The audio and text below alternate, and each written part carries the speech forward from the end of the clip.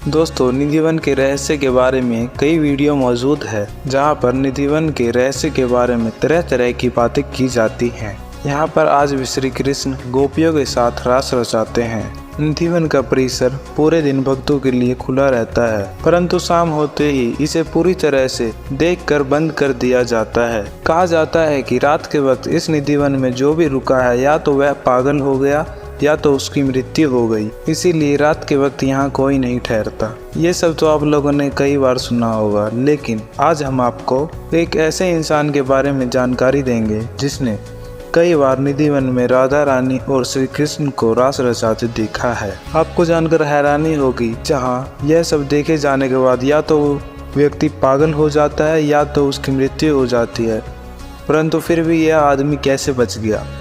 और उस व्यक्ति ने इस रास लीला के बारे में सभी को बताया। आखिर कौन है वह व्यक्ति जिन्होंने भगवान कृष्ण के दिव्य प्रकाश को झेल लिया, उन्होंने रास लीला कैसे देखी और उन्होंने दुनिया को इसके बारे में क्या जानकारियां दी। यदि आपको भी इन सभी बातों की जवाब चाहिए तो इस वीडियो को ध्यान से और अंत तक अवश्य देखें। नमस्कार दोस्तों, तो स्वागत है आपका हमारे इस YouTube चैनल पर। और धार्मिक नगरी वृंदावन में निधिवन एक अत्यंत महत्वपूर्ण तथा पवित्र धार्मिक स्थल है। मान्यता है कि निधिवन में आज भी श्री कृष्ण और राधा रानी अर्धरात्रि के बाद निधिवन में रास रचाते हैं। रास के बाद निधिवन परिसर में स्थापित रंग महल में शयन करते हैं। प्रसाद घर में आज भी माखन मिश्री तथा प्रसाद रखे जाते हैं। शयन के लिए पलंग लगाया जाता है। सुबह बिस्तर को देखने से निश्चित ही लगता है कि यहाँ किसी ने रात को शयन किया होगा और ऐसा भी लगता है कि किसी ने प्रसाद ग्रहण किया है।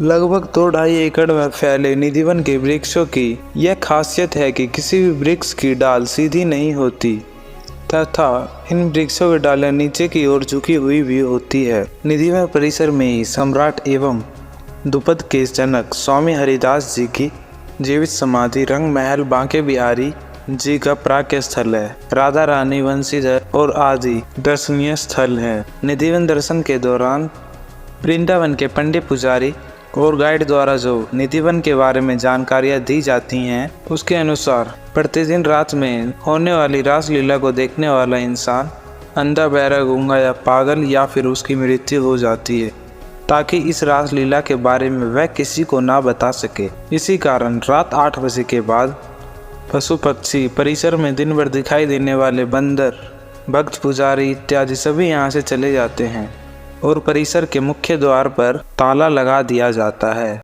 उनके अनुसार जो भी यहाँ रात में रुक जाते हैं वह सांसारिक बंधनों से मुक्त हो जाते हैं और जो मुक्त हो गए उनकी समाधि परिसर में ही बनी हुई है। इसी के साथ गाइड ये भी बताते हैं जो 16,000 आपस में गुथे हुए वृक्ष आप देख रहे हैं, वही रात में 16,000 कृष्ण की बीवियां बनकर रात में रास रचाती है। रास के बाद राधा रानी और श्री कृष्ण परिसर में ही रंग महल में विश्राम करते हैं। सुबह 5:30 बजे रंग महल का वट खुलने पर उनके लिए रखी दातुन कीली मिलती है और सामान बिखरा हुआ मिलता है, जैसे कि रात में कोई पलंग पर विश्राम कर गया हो। तो चलिए अब बात कर लेते हैं उनके बारे में जिन्होंने इस रास लीला को अपनी आंखों से स्वयं देखा है और इसके बारे में दुनिया को बताया।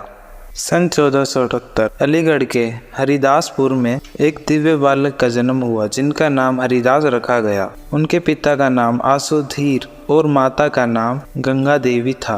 उन्होंने अपने 25 साल हरिदासपुर में अपने दिव्य मनों को उजागर करने में बिता दिया। 23 वर्ष की आयु में उन्होंने अपने सभी सांसारिक सुखों को त्याग दिया और वृंदावन के निधिवन में अमर परमानंद के तलाश में आ गए। निधिवन में उन्होंने प्रेम के जंगल, राधा कृष्ण के खेल की खोज की। राधा कृष्ण के खेल और अनुभव उनको एक प्रकाश के रूप में दिखाई दिए। हरिदास जी ने वो सब कुछ देखा जिसे शायद देखना हर किसी के बस की बात नहीं है। उन्होंने अपना संगीत, राग और रागनी श्री बांके बिहारी लाल जी को समर्पित कर दिया। उन्होंने जो भी कुछ देखा उन्होंने इसके बारे में श्लोक के माध्यम से गाया।